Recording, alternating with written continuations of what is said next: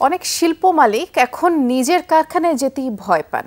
কখন যেন কি হয় সেই ভয়েই থাকতে হচ্ছে সবসময়, এবং তীব্র হয়েছে নিরাপত্তার শঙ্কা। উৎপাদন নিশ্চিত করতে হলে আইন শৃঙ্খলা রক্ষার বিকল্প নেই।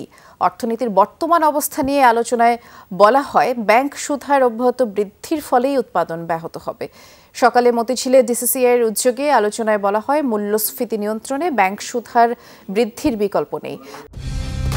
কালার এক্সপার্ট, জর্জ স্যাপ এবং মাইল্ড অন হ্যান্ডস টেকনোলজি সমৃদ্ধ অরিক্স ক্রিস্টাল ওয়াশ আপনার লন্ড্রি এক্সপার্ট।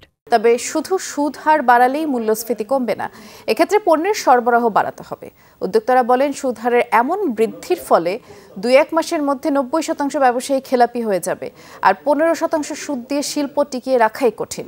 জানানো হয়, পরিবর্তিত সময়ে সংস্কার উদ্যোগ হাতে নেওয়া হয়েছে, তবে শুধু ব্যাংক খাতের সংস্কারেই বেশি নজর দেওয়া হচ্ছে। রপ্তানি আয় এবং বিদেশি বিনিয়োগ বৃদ্ধির ক্ষেত্রে নজর দেওয়া প্রয়োজন। জানানো হয়েছে, মুষ্টিমেয় ব্যবসায়ীদের অপরাধের কারণে পুরো ব্যবসায়ীদের দায় দেওয়া যাবে না। $6 থেকে $8 বিলিয়ন ঋণ পেলে সাময়িক সংকট মোকাবেলা সম্ভব হবে, কিন্তু দীর্ঘমেয়াদে বিকল্প উদ্যোগ গ্রহণ করা দরকার। কি উদ্দেশ্য?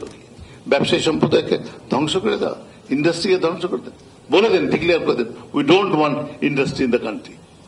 বলে দেন, আমরা ঘর গুছিয়ে ফেলবো, আমরা সবকিছু বেচে কিনে দিয়ে আমরা ব্যাংকের লোন শোধ করে আমরা যা পারি সে দিনমজুরি করি আর অন্য কিছু করি করবো। আমাদের সময়টা কিন্তু আগামী 6 মাস থেকে 1 বছর, বিকজ মানুষ কিন্তু বলে আছে, ওই দেখো বাংলাদেশ, তারা কিন্তু এখন সমস্যায় জর্জরিত, এই দেশে কিন্তু কিচ্ছু হবে না।